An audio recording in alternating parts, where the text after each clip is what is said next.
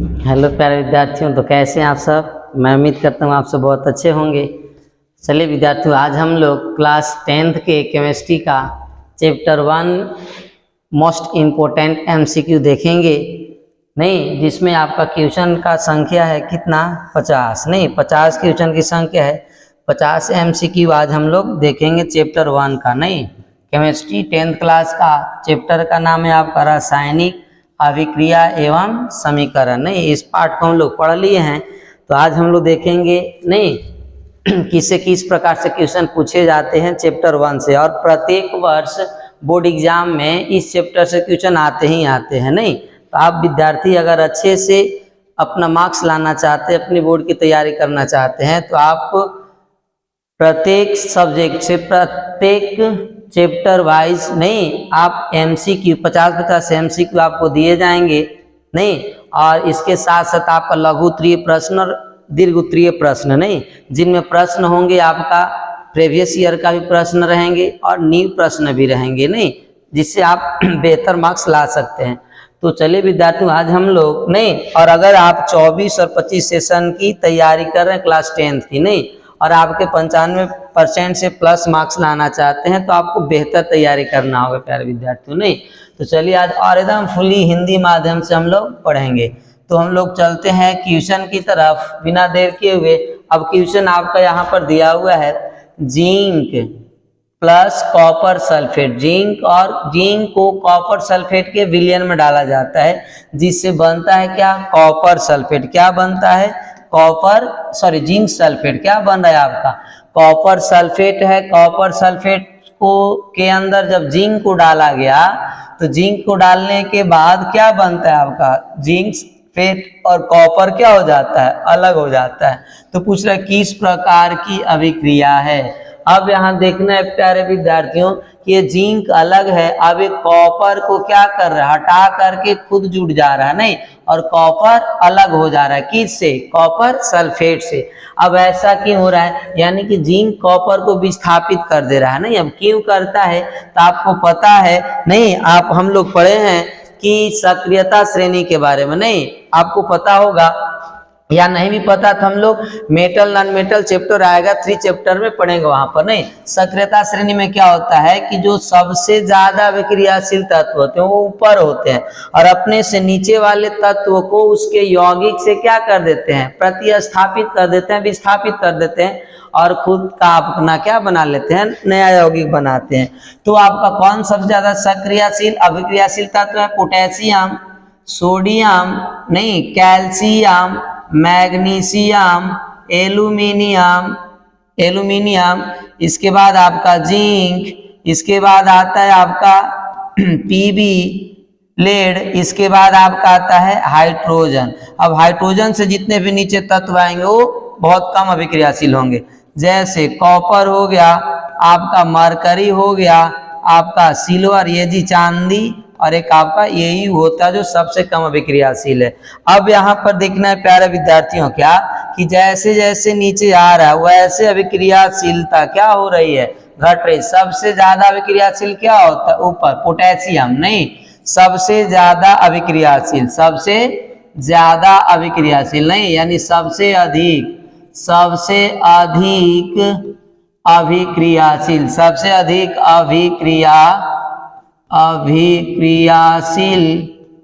अभिक्रियाशील नहीं, सबसे ज्यादा।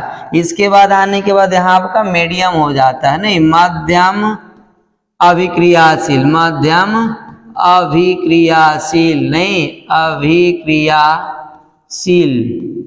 मध्यम अभिक्रियाशील। इसके बाद सबसे नीचे जब आएंगे तो यहाँ पर आपका होता है सबसे कम, सोना सबसे कम अभिक्रियाशील होता है सक्रियता श्रेणी में। नहीं, सबसे कम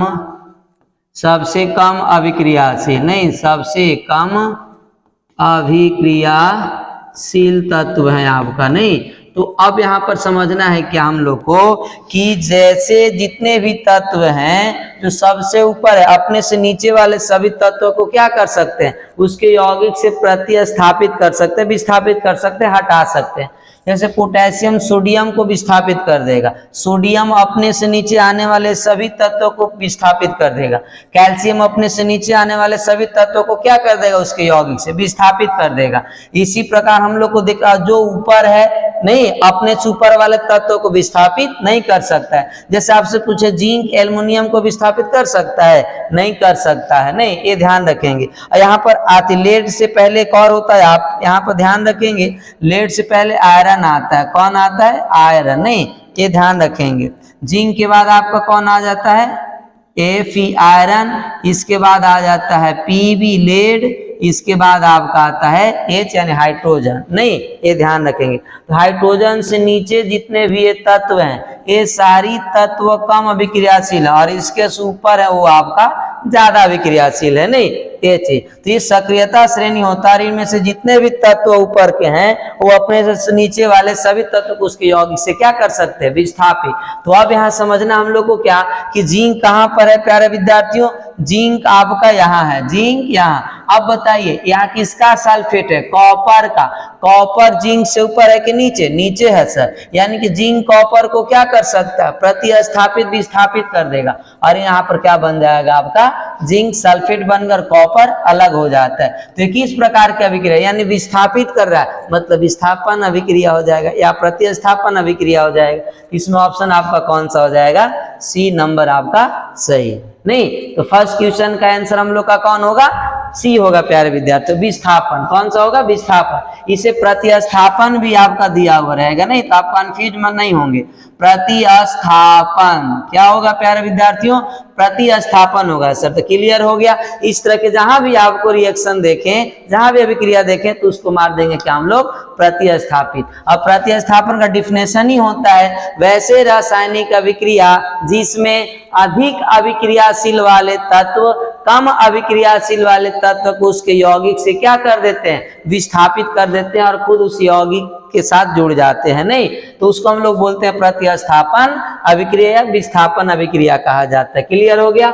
चलिए अब हम लोग अगले क्वेश्चन की तरफ चलते हैं, नहीं, सेकेंड नंबर क्वेश्चन कर रहा है क्या आपका, यहाँ पर कैल्शियम ऑक्साइड और एक आपका क्या है H2O, ये दोनों को आपस में क्या किया गया, अभिक्रिया कराया गया, दोनों आपस में संयोग कर रहा है, इनसे बन रहा है क्या आपका कैल्शियम हाइड्रोक्साइड। क्या बन रहा है, कैल्शियम हाइड्रोक्साइड। और यही कैल्शियम हाइड्रोक्साइड से क्या किया जाता है प्यारे विद्यार्थियों, दीवारों पर क्या किया जाता है, नहीं, दीवारों को पोता जाता है। दीवार पोतने के लिए क्या करते हैं हम लोग, उपयोग करते हैं, नहीं, दीवार को क्या करने के लिए, पोतने के लिए या दीवार को सफेदी करने के लिए किसका उपयोग करते हैं, कैल्शियम हाइड्रोक्साइड। यानी कैल्शियम को चूना पत्थर को जल में डालेंगे और जल में डालने के बाद ये आपस में रिएक्शन करते हैं और रिएक्शन करने के वजह से कैल्शियम हाइड्रोक्साइड प्लस में क्या बनता है प्यारे विद्यार्थियों, ऊष्मा बनता है। क्या बनता है, ऊष्मा बनता है, नहीं, ध्यान रखेंगे।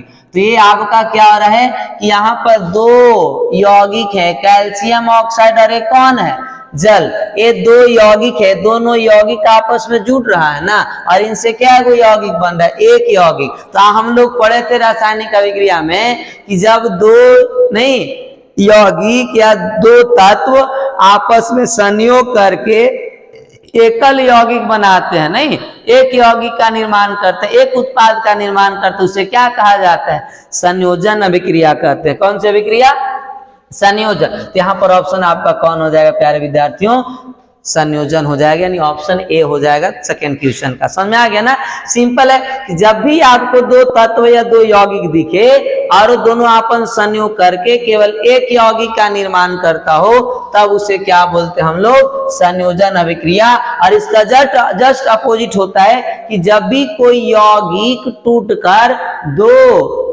नए यौगिक का नए उत्पाद का निर्माण करता उसको क्या बोला जाता है, वियोजन अभिक्रिया। समझ गए नहीं, ये चीज है। तो सिंपल था। इसके बाद आगे चलते हैं हम लोग। 3 नंबर क्वेश्चन की तरफ नहीं कर, चांदी के ऊपर काली परत का चढ़ना उदाहरण है। हम लोग पढ़े थे कि चांदी के ऊपर काली परत का चढ़ना, लोहे में जंग लगना, नहीं, ये सब किसका उदाहरण है? तो ये हम लोग पढ़े थे संक्षारण में, ये सब संक्षारित हो जाता है। चांदी के ऊपर काली परत का चढ़ना मतलब चांदी पर क्या हो गया आपका, धब्बा आ गया, नहीं, एक परत बन गया जी। कौन सा परत आपका? काले रंग का बच्चे। कौन सी रंग का? काले रंग का। तो ये इसका मतलब कि चांदी का संक्षारण, चांदी संक्षारित तो हो गया, यानी कि किसका उदाहरण हो जाएगा? संक्षारण का हो जाएगा। समझ गए नहीं? ये चीज ध्यान रखेंगे। इसके बाद आपका होता है विकृत गंधिता का मतलब क्या? जब भी कोई आप पदार्थ को रखते हैं तो उसका गंध, नहीं, गंध जो कुछ लंबे समय तक रखने के बाद उस पदार्थ का गंध क्या हो जाता है? खराब हो जाता है, बदबू आने लगता है, नहीं।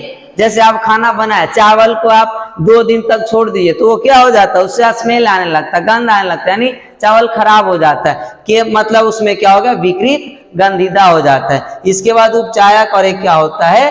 अवचायक, नहीं, उपचायक और क्या होता है? अवचायक। उपचायक का मतलब और अवचायक का मतलब, उपचायक का मतलब कि ऑक्सीजन का जुटना, जब जिस रासायनिक अभिक्रिया में ऑक्सीजन की वृद्धि होती है उपचायक बोलते हैं, और जिसमें ऑक्सीजन की कमी, हाइड्रोजन की वृद्धि, तो उसको क्या बोला जाएगा विद्यार्थियों? अवचायक कहा जाता है, नहीं। ये चीज आगे आएगा तो हम लोग देखेंगे। ये 3 ऑप्शन के बारे में बता दिए, लेकिन इस क्वेश्चन के लिए ये ऑप्शन क्या है आपका? गलत है, नहीं, ये चीज। चलिए आगे चलते हैं हम लोग। आगे आपका कह रहा है किस रासायनिक समीकरण, किस रासायनिक यौगिक, नहीं, केमिकल कंपाउंड के बनने के कारण दीवारों में, अभी बताया था पिछले क्वेश्चन में, दीवारों में चमक आती है। तो आपको पता होगा प्यारे विद्यार्थियों, दीवारों पर चमक, यानी पहले दीवार को पोता जाता है, दीवारों को क्या किया जाता है? पोता जाता है, अर्थात सफेदी कराई जाती है। दीवारों को सफेदी कराने के लिए कौन से यौगिक का उपयोग किया जाता है? तो आपको पता होगा दीवारों को सफेदी कराने के लिए कैल्शियम हाइड्रोक्साइड के विलयन का, किसका बच्चे? Calcium hydroxide. यानी कि आपको पता है कैल्शियम ऑक्साइड को जब जल में डाला जाता है, कैल्शियम ऑक्साइड के विलयन, नहीं, जल में डालेंगे तो इससे बनता है कैल्शियम हाइड्रोक्साइड, और ये कैल्शियम हाइड्रोक्साइड को जब दीवार पर चढ़ाया जाता है तो फिर कैल्शियम हाइड्रोक्साइड क्या करता है प्यारे विद्यार्थियों? नहीं, ये कार्बन डाइऑक्साइड को अवशोषित करता है, नहीं। जैसी दीवार पर मान लीजिए हम यहाँ पर पोत दिए, पोतने के बाद कैल्शियम हाइड्रोक्साइड धीरे धीरे सूखता है और वातावरण से, वायुमंडल से कार्बन डाइऑक्साइड को क्या करता है? अवशोषित करता है, और अवशोषित करने के बाद कैल्शियम हाइड्रोक्साइड कार्बन डाइऑक्साइड से क्रिया करके एक नया यौगिक बनाता है जिसको बोलते हैं कैल्शियम कार्बोनेट, और प्लस किसका निर्माण होता है प्यारे विद्यार्थियों? जल का। तो अब यहाँ पर पोता गया था किसे? कैल्शियम हाइड्रोक्साइड, मतलब कैल्शियम ऑक्साइड के जलीय विलयन से, नहीं। तो अब कैल्शियम हाइड्रोक्साइड से पोतने के बाद ये क्या करता है? वातावरण से कार्बन डाइऑक्साइड को अवशोषित करता है और उसके साथ अभिक्रिया करके एक यौगिक बनाता है जिसको बोलते हैं हम लोग क्या? Calcium carbonate. और यही कैल्शियम कार्बोनेट जो है प्यारे विद्यार्थियों, नहीं, कैल्शियम कार्बोनेट, अब यही कैल्शियम कार्बोनेट जो आपका है, इसी के कारण दीवारों पर क्या आती है? चमक आती है। क्या आती है? चमक आती है प्यारे विद्यार्थियों। समझ में आ गया ना? यहाँ ऑप्शन कैल्शियम कार्बोनेट होगा तो मार देंगे हम लोग, कैल्शियम नहीं होगा, ये आपका गलत है। कैल्शियम ऑक्साइड ये भी नहीं, कैल्शियम हाइड्रोक्साइड ये भी नहीं। आपका किसके द्वारा चमक आता है बच्चे? किसके कारण? कैल्शियम कार्बोनेट के कारण। किसके बनने के कारण? Calcium carbonate. कैसे बनता है आपको बता दे, यहाँ पर कोई दिक्कत नहीं। चलिए बहुत प्यारे से हम मस्ती से क्वेश्चन करेंगे, ज्यादा हम लोग को टेंशन लेने की बात नहीं है क्योंकि आपके साथ मैं हूं। इसके बाद आगे कर आपका श्वसन किस प्रकार की रासायनिक अभिक्रिया है? श्वसन जो हम लोग सांस लेते हैं, तो आपको पता होगा प्यारे विद्यार्थियों, जब हम लोग सांस लेते हैं तो हमारे सांस लेने के बाद, नहीं, ऑक्सीजन हमारे फेफड़ों से आपका कहाँ जाता है?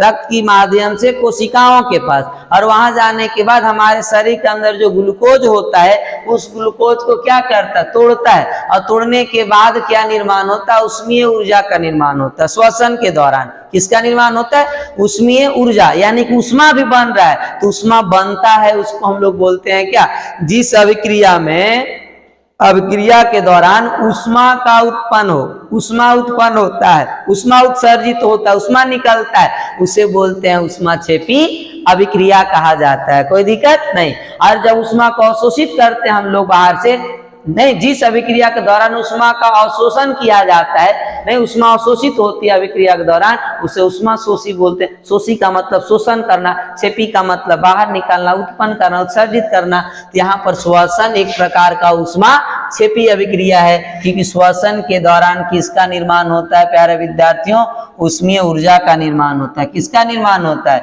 उष्मीय ऊर्जा का निर्माण होता है, नहीं, उसमें ऊर्जा का निर्माण होता है एटीपी के रूप में, इसलिए श्वसन को कहा जाता है उष्माक्षेपी अभिक्रिया। कौन सी अभिक्रिया बोलेंगे, उष्माक्षेपी अभिक्रिया। कोई दिक्कत नहीं। चलिए आगे चलते हैं हम लोग।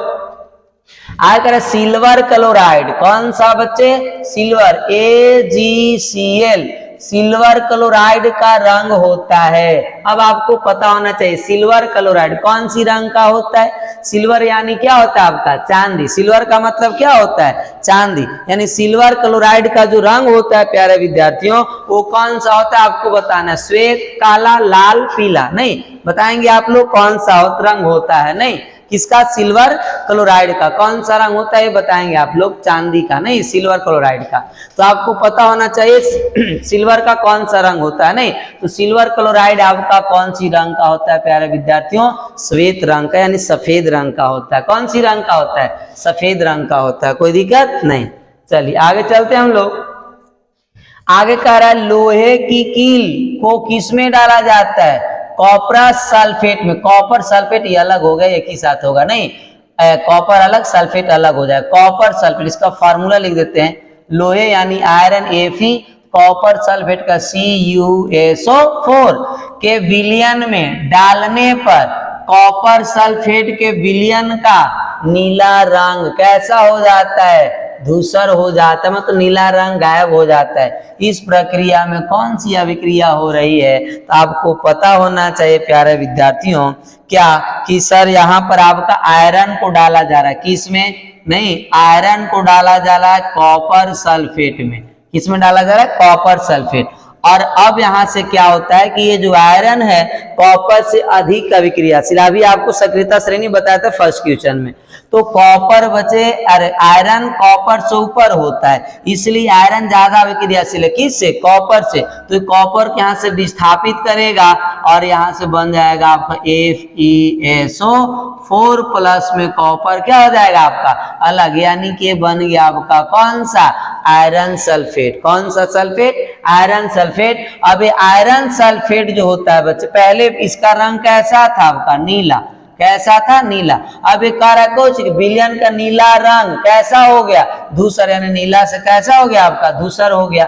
इस प्रक्रिया में कौन सी अभिक्रिया हो रही है, तो इसको देख के बता सकते कौन सी अभिक्रिया है सर। तो यहाँ पर आयरन कॉपर को विस्थापित कर रहा है, यानी ये आपका कौन सा अभिक्रिया हो जाएगा, विस्थापन अभिक्रिया। कौन सा अभिक्रिया हो जाएगा, विस्थापन अभिक्रिया होगा प्यारे विद्यार्थियों, नहीं, कौन सा अभिक्रिया, विस्थापन अभिक्रिया, प्रतिस्थापन अभिक्रिया होगा, क्योंकि आयरन कॉपर को विस्थापित कर रहा है। तो ऑप्शन यहाँ पर कौन हो जाएगा आपका, C नंबर सही हो जाएगा। कोई दिक्कत प्यारे विद्यार्थियों नहीं। चलिए आगे, बहुत नॉर्मल तरीके से मतलब सरल भाषा में समझेंगे, अपनी लैंग्वेज में, ज्यादा इसको बोझ नहीं बनाना है।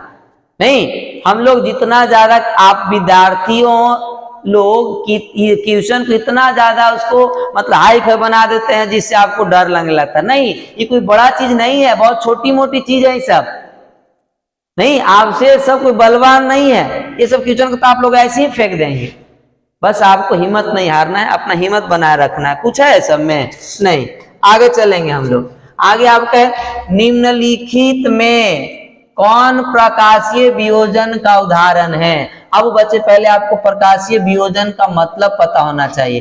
प्रकाशीय वियोजन किसको बोलते हैं सर, तो वियोजन अभिक्रिया का मतलब होता है कि जब एक यौगिक टूटकर दो नए यौगिक या नए तत्व या नए उत्पाद का निर्माण करता है, उसे वियोजन अभिक्रिया बोलते हैं हम लोग। और वियोजन अभिक्रिया 3 प्रकार का होता है प्यारे विद्यार्थियों। वो कौन कौन होता है? एक आपका होता है प्रकाशीय वियोजन अभिक्रिया, और एक होता है आपका कौन सा? ऊष्मीय वियोजन अभिक्रिया, और एक आपका होता है विद्युतीय वियोजन अभिक्रिया। 3 प्रकार का। तो यहाँ पर कौन पूछ रहा है? प्रकाशीय। तो प्रकाशीय वियोजन अभिक्रिया क्या कि जब नहीं एक यौगिक प्रकाश की उपस्थिति में, सूर्य के प्रकाश की उपस्थिति में टूटकर नहीं 2 नए तत्व का निर्माण करता है, उसे क्या बोलते हैं हम लोग? प्रकाशीय वियोजन अभिक्रिया। और जब वियोजन अभिक्रिया आपका विद्युत के उपस्थिति में होगा, विद्युत के द्वारा होगा विद्युतीय वियोजन अभिक्रिया, और जब ऊष्मा के द्वारा होगा तो ऊष्मीय वियोजन अभिक्रिया, और जब प्रकाश के द्वारा होगा तो प्रकाशीय वियोजन अभिक्रिया। तो अब यहाँ पूछ रहे कौन है? तो अब आपको पता होना चाहिए बच्चे, जैसी सिल्वर ब्रोमाइड पर सूर्य की प्रकाश पड़ता है, कौन सी प्रकाश?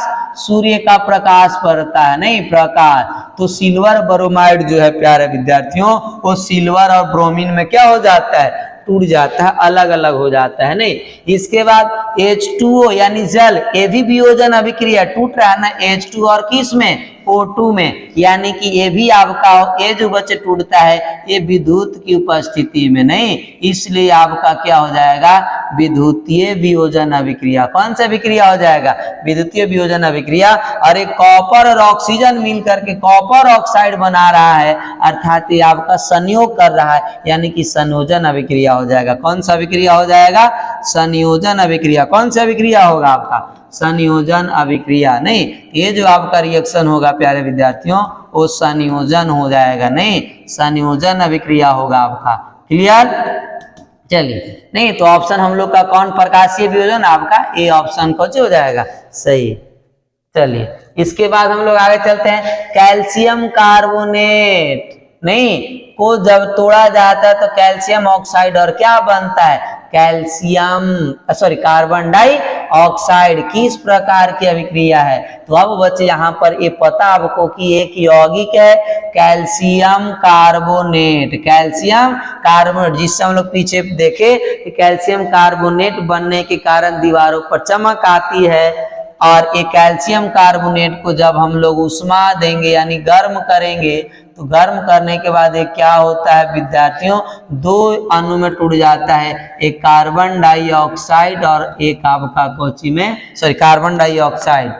कार्बन डाइऑक्साइड और एक किसमें टूटेगा आपका? नहीं, कार्बन डाइऑक्साइड और आपका किस में टूट जाता है? Calcium oxide. यहाँ लिखेंगे हम लोग calcium oxide plus carbon dioxide, यानी एक यौगिक टूट रहा है किसके उपस्थिति में? उष्मा, यानी ये वियोजन अभिक्रिया है। कौन सी वियोजन अभिक्रिया? ऊष्मीय वियोजन अभिक्रिया, क्योंकि उष्मा के माध्यम से उष्मा के द्वारा टूट रहा है, इसलिए ऊष्मीय वियोजन अभिक्रिया हो जाएगा। नहीं तो ऑप्शन वियोजन अभिक्रिया कौन सा हो जाएगा? 9वां का ये आपका सही हो जाएगा। विस्थापन का मतलब बता दिया आप लोग को, संयोजन में पता है आप लोग को। विस्थापन का मतलब कि जब एक तत्व नहीं जो अधिक अभिक्रियाशील है कम अभिक्रियाशील वाले तत्व को उसके यौगिक से विस्थापित कर देता है, उसको विस्थापन। संयोजन का मतलब जब जुटता है, नहीं ये चीज।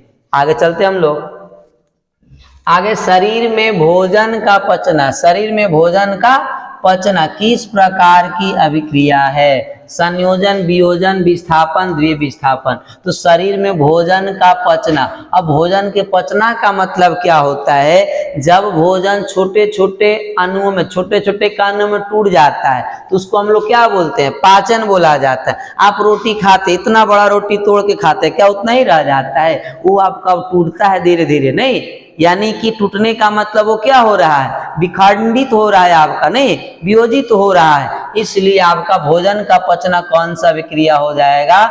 वियोजन अभिक्रिया। भोजन पच रहा है मतलब भोजन टूट रहा है, टूटने का मतलब कि आपका क्या हो रहा है? वियोजन अभिक्रिया हो रहा है, नहीं वियोजन वियोजित हो रहा है। आगे चलेंगे हम लोग।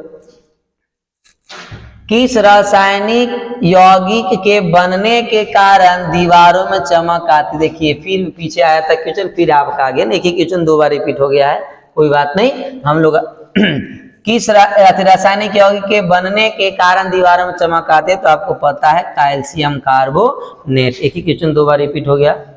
चलिए आगे हम लोग चलते हैं। वह अभिक्रिया जिसमें उत्पाद के बनने के साथ साथ ऊष्मा भी उत्पन्न होती है, उसे हम लोग क्या बोलते हैं, उसे अति उत्पन्न होती है कहलाती है। क्या कहलाती है, तो आपको पता है ऊष्मा उत्पन्न हो रही है, यानी कि ऊष्मा का निर्माण हो रहा है। नहीं, ऊष्मा बन रहा है बच्चे, किसके दौरान, अभिक्रिया के दौरान। नहीं, अभिक्रिया।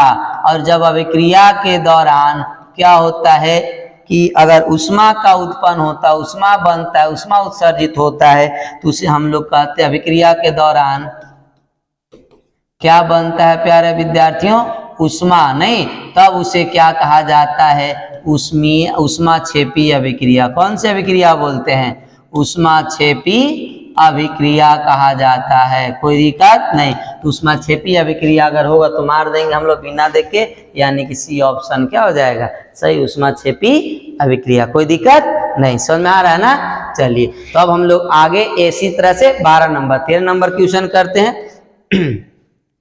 अब आगे फिर से देखिए, श्वसन किस प्रकार की रासायनिक अभिक्रिया, भी रिपीट हो गया आपका, ये भी आपका हो जाएगा ऊष्मा क्षेपी अभिक्रिया ने 13 का भी डी आंसर हो जाएगा आपका। इसके बाद आगे है, देखिए अब CH4 नहीं और O2 मतलब मेथेन ऑक्सीजन से क्रिया कर रहा है, तो बन रहा है कार्बन डाइऑक्साइड और क्या बन रहा है, जल। और साथ में क्या बन रहा है, ऊर्जा। यह किस प्रकार की अभिक्रिया है, यानी उष्मीय ऊर्जा का निर्माण हो रहा है, अभिक्रिया के साथ साथ हो रहा है ना, अभिक्रिया में उत्पाद बन रहा है, इसके साथ साथ उसमें ऊर्जा का भी निर्माण हो रहा है ना यहाँ पर, यानी कि ये भी ऊष्माक्षेपी अभिक्रिया होगा। तो कौन ऑप्शन हो जाएगा विद्यार्थियों, ये आपका सही ऑप्शन 14 नंबर का। चलिए आगे चलते हम लोग। साग सब्जियों का विघटित होकर कंपोस्ट बनना किस अभिक्रिया का उदाहरण है। अब देखेंगे यहाँ पर, जब साग सब्जी है क्या होता है, विघटित होता है। साग सब्जी के छिलके को हम लोग फेंक देते हैं, नहीं, फेंकने के बाद वो क्या होता है कि वो विघटित हो जाते हैं। आपका ना विघटित होकर के किसका निर्माण करता है, कंपोस्ट का निर्माण करता है, जिसको हम लोग खाद बोलते हैं। नहीं, तो कंपोस्ट का निर्माण करता है। कंपोस्ट जब बनता है, अब विद्यार्थी जब उसको हम लोग कोड़ेंगे और कोड़ के जब उसको निकालेंगे, तो वहां से आपका भाप निकलता है, भाप निकलता है। आप देखेंगे इस तरह से करके। नहीं, अगर कहीं पे सब्जी की छिलका ज्यादा जमा होगा तो वहां पर देखेंगे, जब कोई अगर निकालता है, उसको कोड़ता है, तो कोड़ने के बाद वहां से क्या निकलता है, ऊष्मा निकलता है, भाप निकलता है। नहीं, तो यानी ऊष्मा निकल रहा है, मतलब ये आपका कौन सा अभिक्रिया हो जाएगा, ऊष्मा क्षेपी अभिक्रिया हो जाएगा। नहीं, फिर आगे चलते हम लोग। वियोजन अभिक्रिया, वियोजन अभिक्रिया किस अभिक्रिया के विपरीत है, इसे भी आप ध्यान रखना प्यारे विद्यार्थियों, कि जो वियोजन अभिक्रिया होता है, नहीं, वियोजन अभिक्रिया। अब वियोजन अभिक्रिया में क्या होता है कि एक आपका जैसे कैल्शियम कार्बोनेट, ये अकेला यौगिक है, जब इसे गर्म करेंगे तो कैल्शियम ऑक्साइड प्लस में आपका क्या बनता है, कार्बन डाइऑक्साइड। यानी कि एक यौगिक टूट करके दो यौगिक का निर्माण कर, यानी एक अणु टूट के दो अणु बना रहा है। और एक संयोजन अभिक्रिया का नाम सुने होंगे आप लोग, नहीं पढ़े हैं हम लोग, सुने क्या, बहुत अच्छे से पढ़े हैं। चलिए, संयोजन अभिक्रिया। अब संयोजन अभिक्रिया में क्या होता है कि यहाँ पर जैसे H2 प्लस O2 ये मिल के बना रहा है कौची, H2O बन रहा है ना। या फिर आप लिख सकते हैं कैल्शियम ऑक्साइड, या अलग रिएक्शन दे देते हैं आप लोग को, ये भी देख सकते हैं N2 प्लस H2 ये मिल के बना रहा है आपका क्या, NH3। अब यहाँ पर अमोनिया बन रहा है, यानी कि दो अणु मिल करके एक अणु बना रहे हैं। यहाँ भी दो अणु संयोग करके एक अणु बना रहा है, यानी ये संयोजन। अरे कोची है, वियोजन। ये विपरीत है कि नहीं है, इसमें टूट रहा है और इसमें क्या हो रहा है, जुट रहा है, यानी एक दूसरे का अपोजिट है। तो वियोजन अभिक्रिया किसका विपरीत होता है, संयोजन अभिक्रिया का। तो यहाँ क्या पूछ रहा है, वियोजन अभिक्रिया किस अभिक्रिया के विपरीत है, तो वियोजन अभिक्रिया संयोजन अभिक्रिया के विपरीत है, तो इसमें संयोजन अभिक्रिया कौन है? सी आपका सही ऑप्शन हो जाएगा। नहीं, इस क्वेश्चन के लिए कौन सा ऑप्शन सही हो जाएगा? सी नंबर, कोई दिक्कत नहीं। चलेंगे आगे हम लोग। आगे आपका यहाँ पर आयरन क्लोराइड, कौन सा क्लोराइड प्यारे विद्यार्थियों? Iron chloride. नहीं, अब ये जो आयरन क्लोराइड है, नहीं, अब आयरन क्लोराइड का रंग कैसा होता है? इसको फेरिक क्लोराइड भी बोला जाता है। नहीं, आयरन क्लोराइड का रंग श्वेत, काला, लाल यानी पीला। तो अब बच्चे इसे जब आयरन क्लोराइड के ताजा घोल बनाया जाता है, कौन सा घोल? ताजा घोल। नहीं, तो ताजा घोल बनाने पर आयरन क्लोराइड, फेरिक क्लोराइड का जो रंग होता है बच्चे, वो पीले रंग का होता है। कौन सी रंग का होता है? पीले रंग का होता है। कब? जब आयरन क्लोराइड के ताजे घोल बनाया जाता है, ताजे विलयन बनाया जाता है, तो उसका रंग किस रंग का दिखेगा आपको? हल्का पीले रंग का दिखाई देता है। यानी कि ऑप्शन कौन सही हो जाएगा आपका? डी नंबर, कोई दिक्कत नहीं। चलेंगे आगे हम लोग। अब आकर निम्नलिखित में कौन प्रकाशीय वियोजन का उदाहरण है? अब नीचे दिया उसमें बताना कौन प्रकाशीय वियोजन का उदाहरण है। नहीं, ये भी क्वेश्चन पीछे आया था, परंतु ऑप्शन अलग था वहां पर। नहीं, ये ऑप्शन चेंज थे, यहाँ पर ये वाला ऑप्शन सेम था। तो यहाँ पर भी आपको देख के पता होगा प्रकाशीय वियोजन का मतलब जो प्रकाश की उपस्थिति में होता है। नहीं, वियोजन अभिक्रिया प्रकाश की उपस्थिति में होगा, उसको प्रकाशीय। तो AgBr यानी कि इसे भी जब सूर्य के प्रकाश मिलता है, जैसे सूर्य के प्रकाश मिलेगा तो सिल्वर ब्रोमाइड क्या हो जाता है? टूट जाता है प्यारे विद्यार्थी। सूर्य के प्रकाश, नहीं, प्रकाश मिलने पर ये टूट जाता है सिल्वर और कौची में? ब्रोमीन में। नहीं, यानी कि ऑप्शन कौन सा हो जाएगा आपका? ए नंबर। और ये आपका कौन सा है? ये विद्युतीय वियोजन अभिक्रिया हो जाएगा। नहीं, ये ध्यान रखेंगे। बाकी ये आपका संयोजन अभिक्रिया हो जाएगा, ये अभिक्रिया पूरा है ही नहीं। तो ये आपका कौन सा अभिक्रिया? संयोजन। ये संयोजन अभिक्रिया कौन सा अभिक्रिया है? संयोजन। नहीं, और ये आपका विद्युतीय वियोजन अभिक्रिया आपको बता दिया गया है। नहीं, तो ये ऑप्शन इस क्वेश्चन के लिए क्या हो जाएंगे? गलत हो जाएंगे। कोई दिक्कत नहीं। मजा आ रहा है क्वेश्चन करने में ना? हाँ, चलिए आगे चलेंगे हम लोग। आगे कर लोहे की कील, किसकी कील? लोहे की कील को कॉपर सल्फेट के विलयन में डालने पर सल्फेट के विलयन का नीला रंग कैसा हो जाता है? धूसर हो जाता है। इस अभिक्रिया में कौन सी अभिक्रिया हो रही है? तो यहाँ पर भी आपको पता है कि लोहे के कील को जब कॉपर सल्फेट में डाला जाता है, नहीं, तो यहाँ से क्या करता है? लोहा यानी आयरन कॉपर सल्फेट से किसको? कॉपर को विस्थापित कर देता है, FeSO4 बना लेता है और कॉपर क्या हो जाता है? अलग। यानी कि यहाँ विस्थापन की क्रिया हो रहा है, इसलिए आपका कौन सा अभिक्रिया हो जाएगा? आपका विस्थापन अभिक्रिया। इसके बाद आगे चलते हम लोग। अभिक्रिया कॉपर सल्फेट को किसमें के अंदर क्या मिलाया गया? आयरन। और सेम क्वेश्चन वही है, बस खाली यहाँ पर चेंज कर किस प्रकार की अभिक्रिया है। तो यहाँ पर भी आयरन विस्थापित ना कर रहा है कॉपर को, यानी कि कौन सी अभिक्रिया हो जाएगा? विस्थापन हो जाएगा, 20 नंबर का भी। इसके बाद आगे चलते हम लोग। आयरन ऑक्साइड को किसमें? एल्यूमिनियम के साथ। आयरन ऑक्साइड को एल्युमिनियम के साथ अभिक्रिया कराने पर क्या बन रहा है? एल्युमिनियम ऑक्साइड प्लस में आयरन। किस प्रकार की अभिक्रिया? तो आप देख सकते हैं प्यारे विद्यार्थियों कि आपको पता है एल्युमिनियम आयरन से ऊपर होता है। सक्रियता श्रेणी में एल्युमिनियम आयरन से ऊपर, मतलब एल्युमिनियम ज्यादा अभिक्रियाशील है। किससे? आयरन से। इसलिए एल्युमिनियम इस आयरन को यहाँ से क्या कर देता है? भगाता है और इसके साथ क्या हो जाता है? जुड़ जाता है, यानी एल्युमिनियम ऑक्साइड बन जाता है, आयरन अलग। मतलब कौन सी अभिक्रिया हो जाएगा प्यारे विद्यार्थियों? विस्थापन। अब तो मुझे उम्मीद है कि आपको विस्थापन, वियोजन, नहीं, आपका ये सब संयोजन से जो भी क्वेश्चन आएगा, जो भी रिएक्शन रहेगा, उसे देख के आप फटाक से मार देंगे। समझ गए? नहीं कितने बार क्वेश्चन रिपीट हो गया। आगे आपका है रासायनिक समीकरण दिया हुआ है, नहीं, जिंक प्लस कॉपर सल्फेट। अब यहाँ कॉपर और जिंक सल्फेट किस अभिक्रिया को दर्शाता है? अब किस अभिक्रिया को दर्शाता है? तो सिंपल सा है भाई, यहाँ जिंक देखिए कॉपर को हटा दिया ना, मतलब विस्थापित कर दिया। कैसे कर पाता है? जिंक सक्रियता श्रेणी में कॉपर से ऊपर आता है, यानी कि जिंक ज्यादा अभिक्रियाशील है कॉपर से, इसलिए कॉपर को विस्थापित कर दे रहा। मतलब कौन सी अभिक्रिया हो जाएगा? विस्थापन। समझ गया? नहीं, चलिए आगे चलते हम लोग। आगे फिर बेरियम क्लोराइड। अब इसे समझना है, आपका इस टाइप का क्वेश्चन नहीं आया हम लोग को, नहीं, तो इसे समझेंगे हम लोग।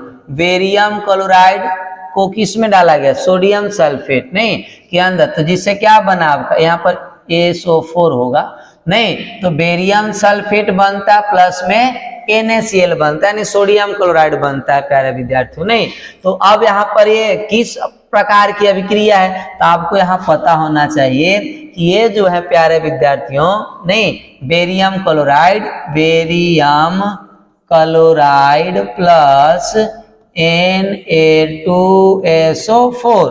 अब यहाँ पर क्या हो रहा है कि आयनों में टूटेगा, बेरियम अलग आयन में नहीं, बेरियम +2 आयन अलग हो जाएगा और क्लोरीन ऋण आयन अलग, यहाँ पर भी टूटेंगे, सोडियम धन आयन अलग और यहाँ पर भी आपका क्या हो जाएगा, सल्फेट ऋण आयन नहीं, यहाँ पर 2 और यहाँ पर भी क्या हो जाएगा आपका 2।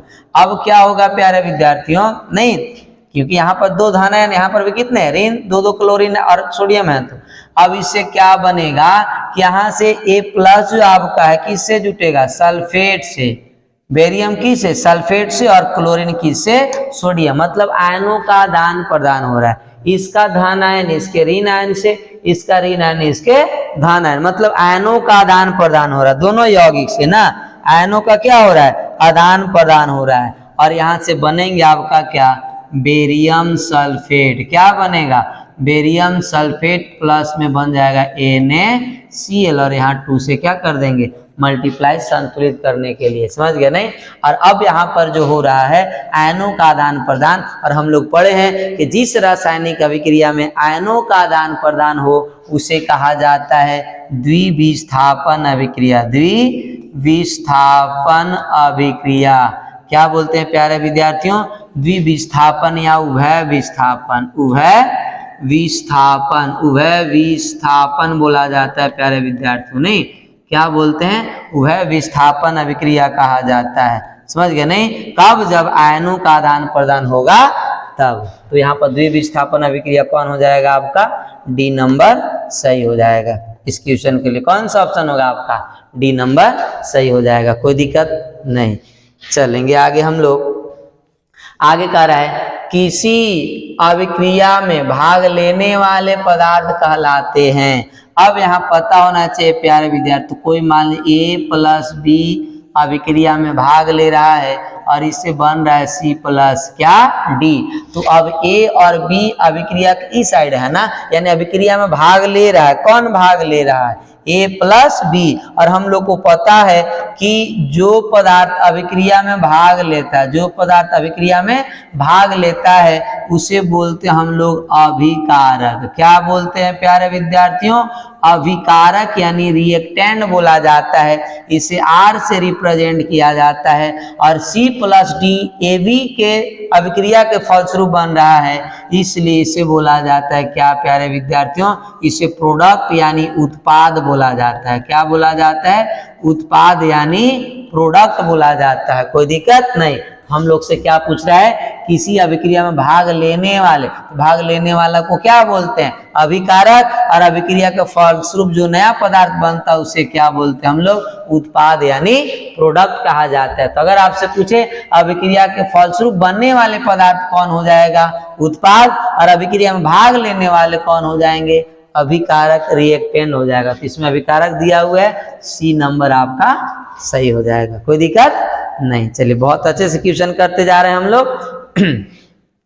आगे हम लोग चलेंगे नेक्स्ट क्वेश्चन 25 नंबर। अब कर निम्न में से कौन सी अभिक्रिया नहीं होगी।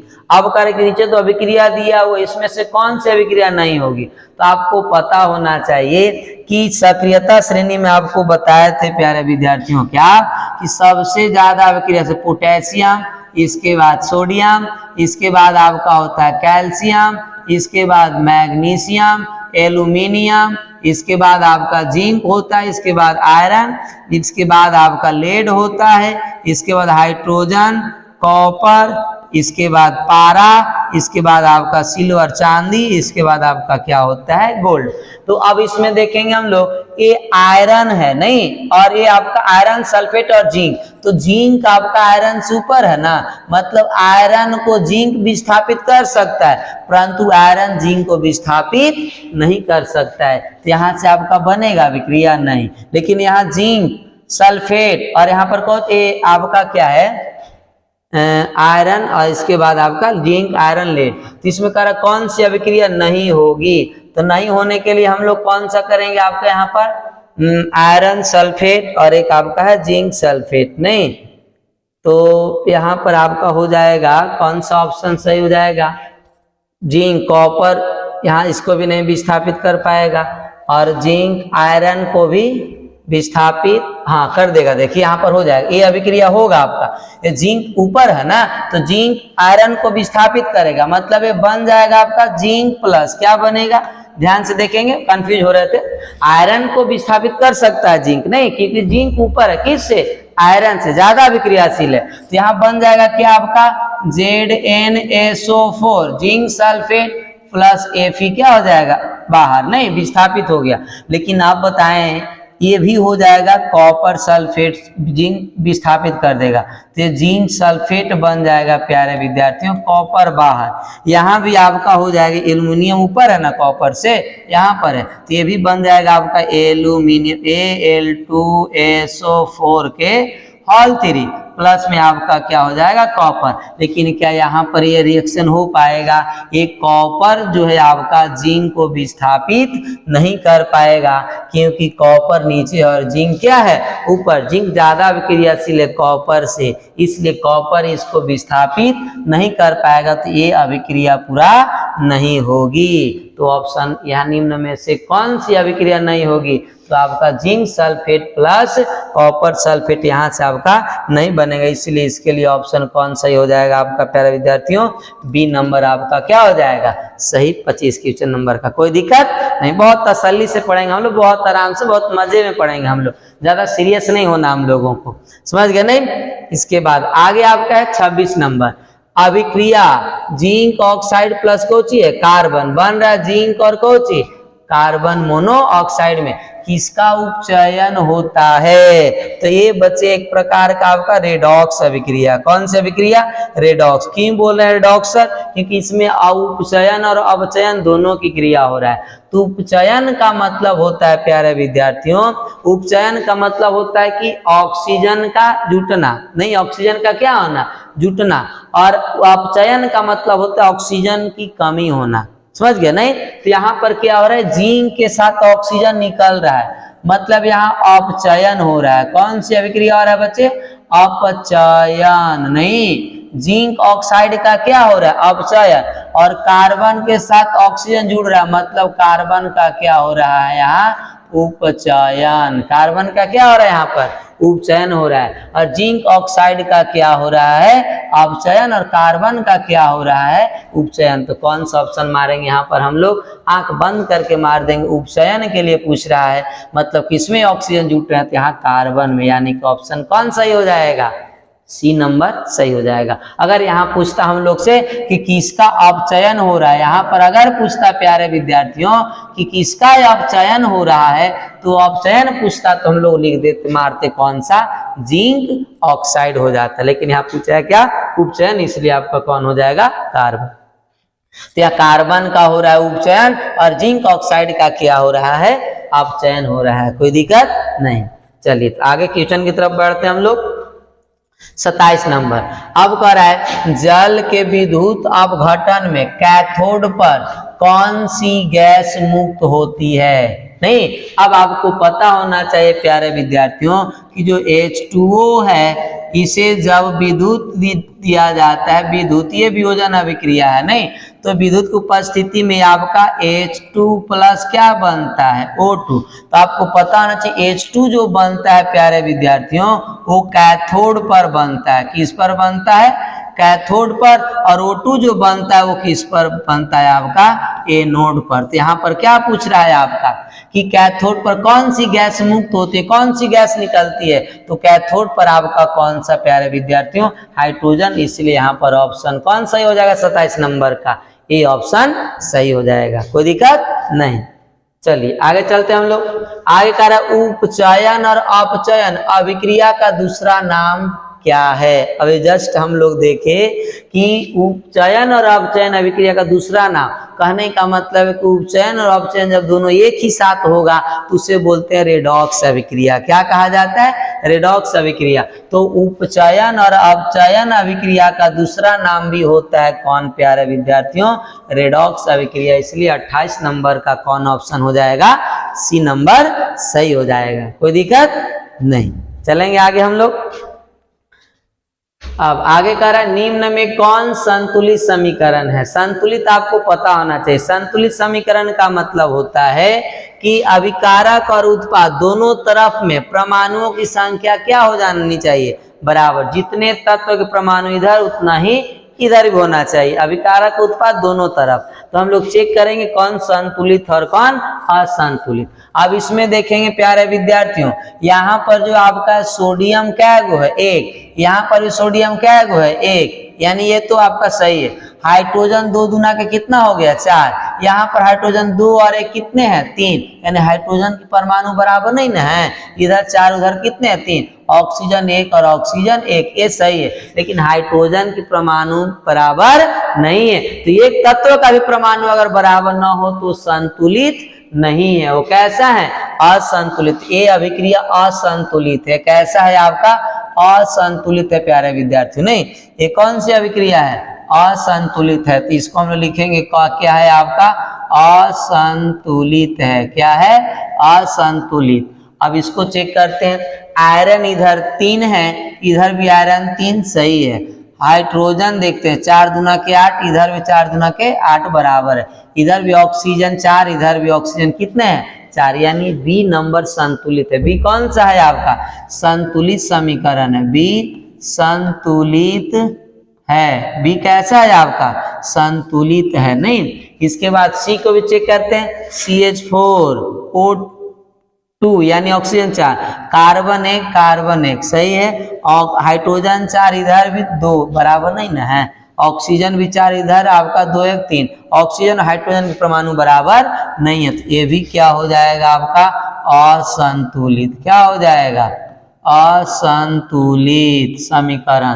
तो क्या पूछ रहा है हम लोग को, संतुलित ना, तो कौन संतुलित है, बी नंबर, यानी कि 29 का कौन सा आंसर हो जाएगा, बी। कोई दिक्कत नहीं।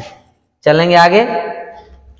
30 नंबर में कह रहा चिप्स बनाने वाले चिप्स की थैली में कौन सी गैस भरते हैं ताकि इसका क्या हो, उपचयन ना हो सके। उपचयन होने से खराब हो जाएगा, इसलिए उपचयन से बचाने के लिए, लंबे समय तक रख सके हम लोग चिप्स को, इसके लिए कौन सी गैस को भरते हैं ताकि इसका उपचयन ना हो। तो यहाँ पर विद्यार्थियों होता है कि चिप्स बनाने वाले जो होते हैं, चिप्स की थैली में से ऑक्सीजन को निकालते हैं। ऑक्सीजन को क्या कर देते हैं, ऑक्सीजन गैस को निकालते हैं, उसमें से नहीं निकालते हैं। ऑक्सीजन गैस को क्या करते हैं, निकालते हैं। और ऑक्सीजन के जगह पर कौन सी गैस को भरी जाती है, नाइट्रोजन गैस को क्या किया जाता है, भरा जाता है। क्योंकि नाइट्रोजन अभिक्रियाशील नहीं है, ये निष्क्रिय है, ये ऑक्सीजन की तरह ज्यादा अभिक्रिया नहीं करता है, इसलिए नहीं नाइट्रोजन गैस युक्त भरेंगे थैली में, और इस थैली में चिप्स रहेगा तो लंबे समय तक को खराब नहीं होता है, विकृत गंधिता से बचाया जा सकता है, उपचयन से बचाया जा सकता है। तो इसमें ऑप्शन कौन हो जाएगा आपका, ए, नाइट्रोजन गैस भरी जाती है नहीं उपचयन से बचाने के लिए। चिप्स जो आप लोग खाते हैं। आगे फिर हम लोग का है उस अभिक्रिया का, नहीं यहाँ सब क्वेश्चन पढ़ेंगे, उस अभिक्रिया का क्या नाम है। अभिक्रिया का नाम पूछ रहा है, नहीं, जिसमें एक पदार्थ का ऑक्सीकरण और दूसरा पदार्थ का क्या होता है, अवकरण। अब यहाँ आपके मन में आओ सर हम लोग उपचयन और अपचयन तो पढ़े हैं, ऑक्सीकरण अवकरण क्या हो गया, तो वही है सेम मेरे प्यारे विद्यार्थियों। नहीं, आप सब कितने अच्छे विद्यार्थी हैं। तो ऑक्सीकरण अवकरण का मतलब हो गया उपचयन और अपचयन, नहीं दोनों अति उपचयन और कौची अति उपचयन हो गया आपका ऑक्सीकरण और अपचयन हो गया आपका अकरण। तो क्या कह रहा है, उस अभिक्रिया का क्या नाम है जिसमें एक पदार्थ का ऑक्सीकरण और दूसरे का अकरण, मतलब दोनों एक साथ हो रहा है, नहीं ऑक्सीकरण और अकरण। तो यहाँ पर यानी कि उपचयन और अपचयन जब दोनों एक साथ होता है तो हम लोग क्या बोलते हैं, आपको पता है रेडॉक्स अभिक्रिया। कौन सी अभिक्रिया, रेडॉक्स। यहाँ ऑप्शन में अगर होगा रेडॉक्स तो हम लोग आंख बंद करके मार देंगे, रेडॉक्स अभिक्रिया डी ऑप्शन क्या हो जाएगा, सही होगा प्यारे विद्यार्थियों, नहीं ये ध्यान देंगे हम लोग। आगे चलेंगे क्या, और इसका एग्जाम्पल भी हम लोग को आया था, एग्जाम्पल से भी अगर समझना है तो आप समझ सकते हैं। जिंक ऑक्साइड प्लस कार्बन, अब इससे क्या बनेगा आपका जिंक नहीं Zn प्लस कार्बन मोनोऑक्साइड। यहाँ पर जिंक का क्या हो रहा है, जिंक से ऑक्सीजन निकल रहा है, मतलब इसका अपचयन हो रहा है। क्या हो रहा है, अपचयन। और यहाँ पर ऑक्सीजन जुट रहा है, यानी क्या हो रहा है विद्यार्थियों, उपचयन। क्या हो रहा है, उपचयन। तो अपचयन को उपचयन, और तो उपचयन को बोला जाता है क्या, ऑक्सीकरण। क्या बोलते हैं, ऑक्सीकरण। और अपचयन को बोला जाता है क्या, अकरण। क्या बोला जाता है, अकरण। तो दोनों एक साथ होगा, उसे क्या बोलेंगे हम लोग, रेडॉक्स अभिक्रिया। कोई दिक्कत नहीं, चलेंगे आगे।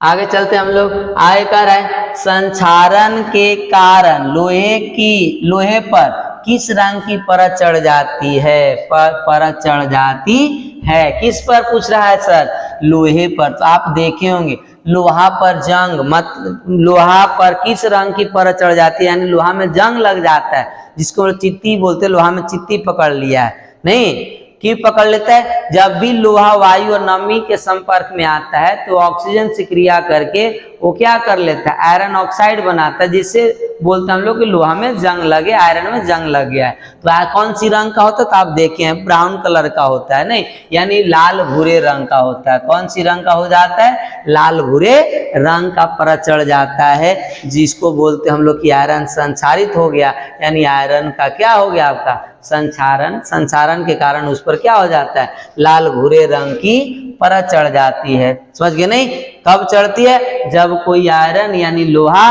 वायु नमी के संपर्क में आता है तब।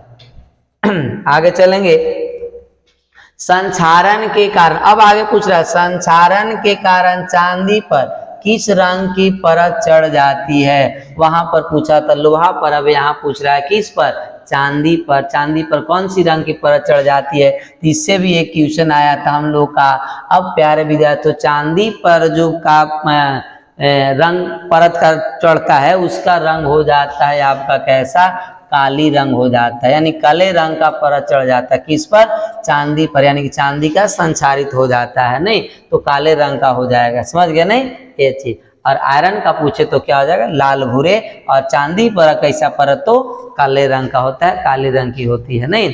आगे हम लोग का है संक्षारण के कारण। अब देखिए फिर आपका तांबा पर पूछा है, इस बार किस पर, तांबा यानी कॉपर पर। किस पर पूछा है, कॉपर पर। तो तांबे पर किस रंग का परत चढ़ जाता है, तो तांबा जो होता है बच्चे वो कार्बोनेट से क्रिया करके कॉपर कार्बोनेट बना लेता है, और कॉपर कार्बोनेट के कारण तांबे पर जो परत होती है उस परत का रंग कैसा होता है, हरा, यानी कि ऑप्शन सी आपका क्या हो जाएगा, राइट, यानी सही हो जाएगा। नहीं, हरे रंग की परत चढ़ जाते है किसके ऊपर, तांबे के ऊपर। किसके कारण, तो आपका हो जाता है कॉपर कार्बोनेट के कारण। किसके कारण, कॉपर कार्बोनेट के कारण। और पीछे हम लोग का क्वेश्चन जो आया था कि चांदी पर काली परत यानी सिल्वर पर जो काली परत चढ़ता है वो सिल्वर सल्फाइड के कारण। किसके कारण, सिल्वर सल्फाइड। सिल्वर वायुमंडल वातावरण से सल्फाइड को अवशोषित करता है और उस पर क्या उससे साथ रिएक्शन अभिक्रिया करता है, जिस पर चांदी यानी सिल्वर सल्फाइड बनता है, जिसके कारण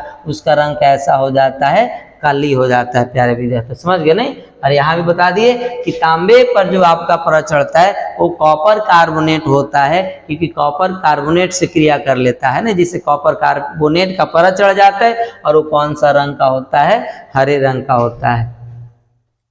चलिए आगे आपका है, उस अभिक्रिया का क्या नाम है जिसमें अधिक सक्रिय तत्व कम सक्रिय तत्व को किसी यौगिक से क्या कर देता है, विस्थापित कर देता है। अभी इसके पीछे भी क्वेश्चन आया था हम लोग को, क्या कि अधिक सक्रिय मतलब कि अधिक अभिक्रियाशील वाले तत्व जो है कम अभिक्रिया यानी कम सक्रिय तत्व को किसी यौगिक से, जिस यौगिक में है उस यौगिक से उसे क्या कर देता है, विस्थापित, मतलब विस्थापन की अभिक्रिया हो जाएगा, प्रतिस्थापन अभिक्रिया है। तो इसमें ऑप्शन कौन हो जाएगा आपका, ए नंबर सही, विस्थापन अभिक्रिया को विस्थापित कर रहा है नहीं, इसलिए विस्थापन अभिक्रिया हो जाएगा। द्विविस्थापन का मतलब जब आयनों का आदान प्रदान होता है नहीं, तो उसको बोलते हैं द्विविस्थापन। और वियोजन आपको पता है, ऑक्सीकरण भी पता है, वियोजन में एक यौगिक टूटते हैं और ऑक्सीकरण में आपका ऑक्सीजन की वृद्धि होती है। चलिए आगे चलेंगे हम लोग। N2 का धुआं यानी नाइट्रोजन डाइऑक्साइड नहीं, नाइट्रोजन डाइऑक्साइड यानी NO2 का जो धुआं किस रंग का होता है, भूरे रंग का, काला रंग का, हरा रंग का, नीला रंग का, कौन सी रंग का होता है। तो आप बता सकते हैं प्यारे विद्यार्थियों कि जो नाइट्रोजन ऑक्साइड होता है इसकी धुआं कौन सी रंग का होता है, बताएंगे आप लोग, भूरे रंग का, काले रंग का, हरा रंग का, नीला रंग का, कौन सी रंग का होता है। आपको समय दिया जा रहा है नहीं, 2-3 सेकेंड के अंदर में बताएंगे, कौन बच्चा बता सकता है, समझ गया नहीं। चलिए तो इसके बारे में बताएंगे आप लोग कि जो N2 का धुआं है वो किस रंग का होता है, आपको समय दिया जा रहा है, आप बता सकते हैं नहीं। एक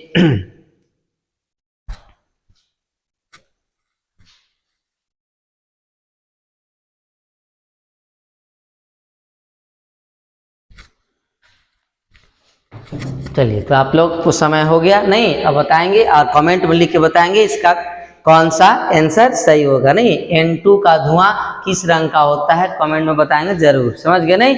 अगर नहीं समझ में आएगा तो आप कमेंट में लिखेंगे, इसका जवाब देंगे नहीं। तो आप लोग के लिए क्वेश्चन छोड़ देते हैं, इसका आंसर आप लोग को बताना है कौन सा होगा नहीं। इतना समय दिए, और जो बच्चे बताए होंगे बहुत अच्छे, और जिनको नहीं भी पता होगा वो कॉमेंट में लिखेंगे, कोई दिक्कत नहीं। चलिए आगे हम नेक्स्ट क्वेश्चन की तरफ चलते हैं।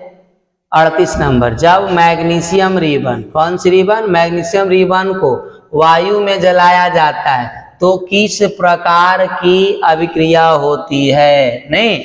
जब मैग्नीशियम रिबन को वायु में जलाया जाता है यानी मैग्नीशियम को क्रिया कराया जाता है किसके साथ, O2 के साथ, तो क्या बनता है आपका MgO नहीं, मैग्नीशियम ऑक्साइड बन जाता है। इसे संतुलित कर दीजिए नहीं। तो अब ये पूछ रहा है किस प्रकार की अभिक्रिया है, तो मैग्नीशियम और ऑक्सीजन आपस में जुट रहा है ना, यानी संयोग कर रहा है, इसका मतलब संयोजन अभिक्रिया। इसमें आपका दिया होगा संयोजन अभिक्रिया, तो डी ऑप्शन सही हो जाएगा, समझ गया नहीं ये चीज। चलिए आगे हम लोग चलते हैं।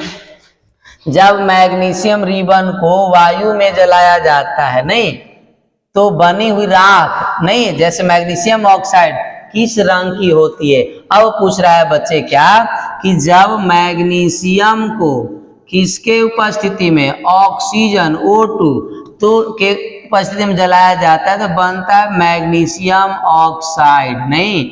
अब बताएंगे प्यारे विद्यार्थियों कि जो मैग्नीशियम ऑक्साइड उसका रंग कैसा होता, इसका रंग बताना है आपको नहीं, कि मैग्नीशियम ऑक्साइड कौन सी रंग का होता है, जल्दी से बताएंगे नहीं। मैग्नीशियम ऑक्साइड का कौन सा रंग होता है, भूरे रंग की होती है, काली रंग की होती है, सफेद रंग की, गुलाबी रंग की। तो आपको पता होना चाहिए मैग्नीशियम ऑक्साइड एक राख है, यानी राख की रंग कैसा होता है आपका, सफेद। तो सफेद रंग का उजला होता है आपका नहीं। तो ऑप्शन कौन हो जाएगा आपका, सी नंबर सही हो जाएगा नहीं, सी सही, यानी सफेद रंग की होती है, कोई दिक्कत नहीं।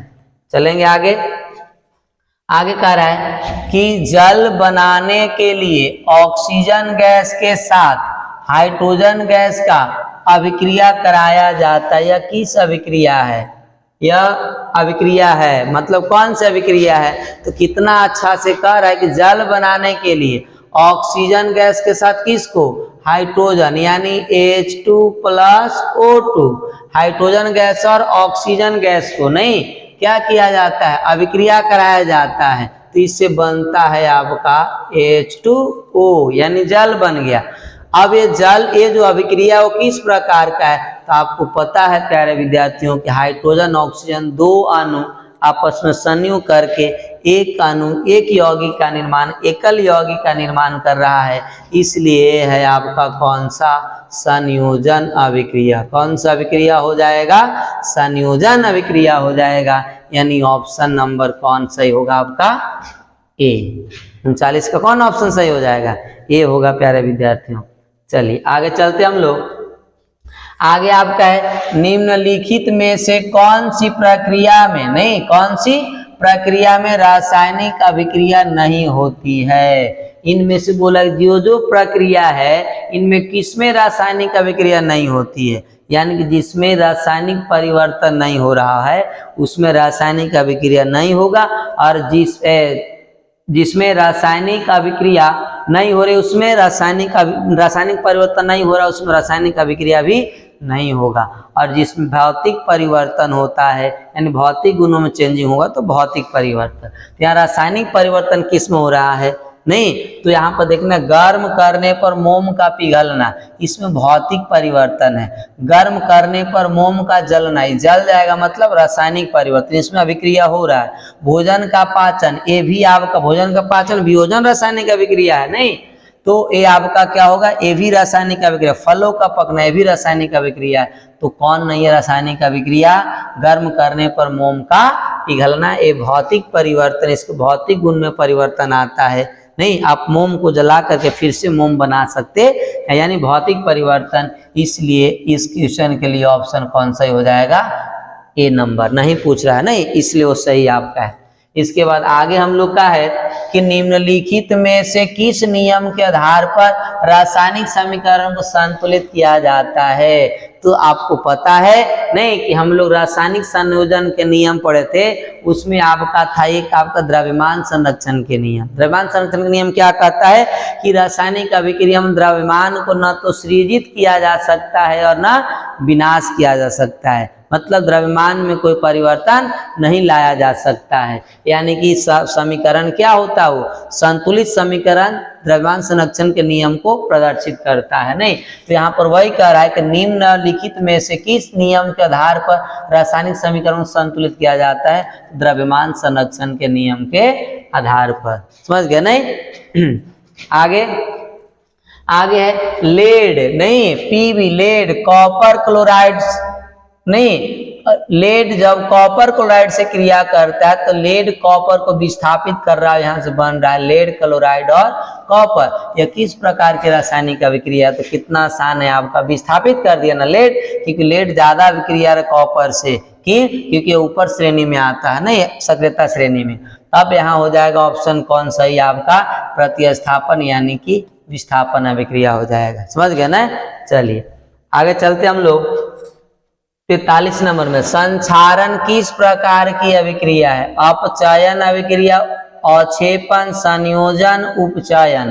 तो संक्षारण जो आपका है प्यारे विद्यार्थियों, नहीं किस प्रकार की अभिक्रिया है, तो संक्षारण को आप याद रखिएगा। संक्षारण में क्या हो जाता है कि ऑक्सीजन जुट जाता है, ऑक्सीजन क्या हो जाता है, जुट जाता है। नहीं तो ये आपका एक प्रकार का कौन सा अभिक्रिया हो जाएगा, ऑक्सीजन का जुटना आपका उपचयन अभिक्रिया होता है, यानी डी ऑप्शन क्या हो जाएगा सही। और अपचयन में क्या होता है, ऑक्सीजन की कमी होती है, उपचयन में ऑक्सीजन की वृद्धि। तो संक्षारण कब होता है, जब ऑक्सीजन का वृद्धि होता है। नहीं जैसे आयरन ऑक्साइड, आयरन लोहे में जंग लगना, वो भी संक्षारण का उदाहरण है, जो एक प्रकार का क्या है, उपचयन अभिक्रिया। आगे है जिंक तथा लेड, जिंक तथा लेड कॉपर की अपेक्षा क्या होता है। अब पता आपको जिंक तथा लेड जो होता है कॉपर से ऊपर की आता है, सक्रियता श्रेणी में जिंक तथा लेड कॉपर से ऊपर आता है, ऊपर आता है इसका मतलब कि ज्यादा अभिक्रियाशील है, और जो कॉपर से नीचे आता है वो कम अभिक्रियाशील होगा। तो ये दोनों ऊपर होता है, इसलिए आपका क्या हो जाएगा, अधिक क्रियाशील हो जाएगा। समझ गया ना ये चीज। आगे चलते हम लोग, आगे कह रहा है वह अभिक्रिया जिसमें दो या दो से अधिक अभिकारक मिलकर एकल उत्पाद का निर्माण करते हैं उसे कहते हैं एकल उत्पाद बनाएगा, मतलब दो को मिलेगा और एक बनेगा। इसका मतलब कि दो मिलेगा और एक बनेगा, मतलब संयोग कर यानी संयोजन अभिक्रिया। तो ऑप्शन बी आपका क्या हो जाएगा, राइट हो जाएगा। इसके बाद आगे हम लोग का है कि जब एकल अभिकारक टूटकर छोटे छोटे उत्पाद उत्पन्न करते हैं तो इसे क्या कहते हैं, बस उसी का जस्ट अपोजिट। नहीं, एक टूटेगा तो उसको क्या बोलेंगे हम लोग, वियोजन, वियोजन अभिक्रिया।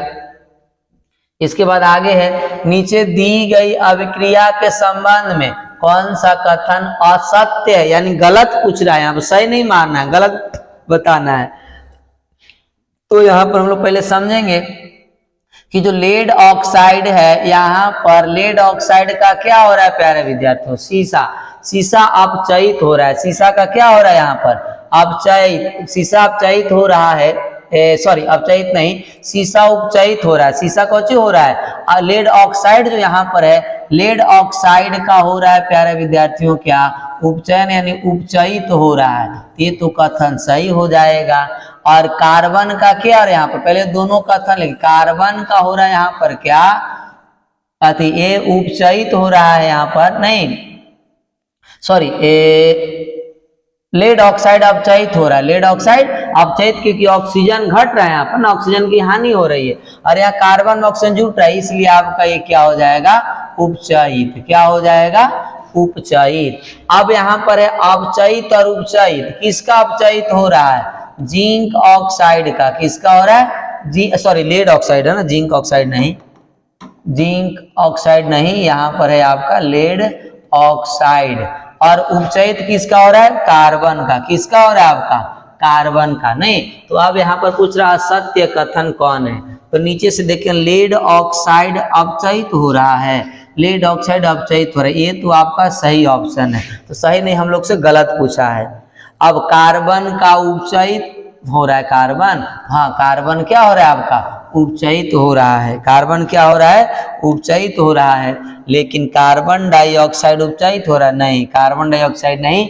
और शीशा अपचयित हो रहा है, नहीं। तो ये दोनों ऑप्शन गलत हैं, इसलिए यहाँ पर आपका ए एवं कौची हो, पहला एवं कौची हो जाएगा, दूसरा। इस क्वेश्चन के लिए पहला और दूसरा क्या हो जाएगा, सही हो जाएगा प्यारे विद्यार्थियों। नहीं, शीशा अपचयित हो रहा है, नहीं ये भी गलत है। कार्बन डाइऑक्साइड उपचयित हो रहा है, ये भी गलत है। तो कौन ऑप्शन हो जाएगा आपका, ये नंबर सही हो जाएगा।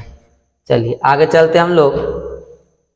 अब आगे कर आपका क्या, मैग्नीशियम ऑक्साइड नहीं को कार्बन मोनोऑक्साइड से क्रिया कराने पर मैग्नीशियम प्लस क्या बनता है, कार्बन डाइऑक्साइड में किस पदार्थ का ऑक्सीकरण होता है। ऑक्सीकरण का मतलब जिसमें ऑक्सीजन की वृद्धि हो रही है।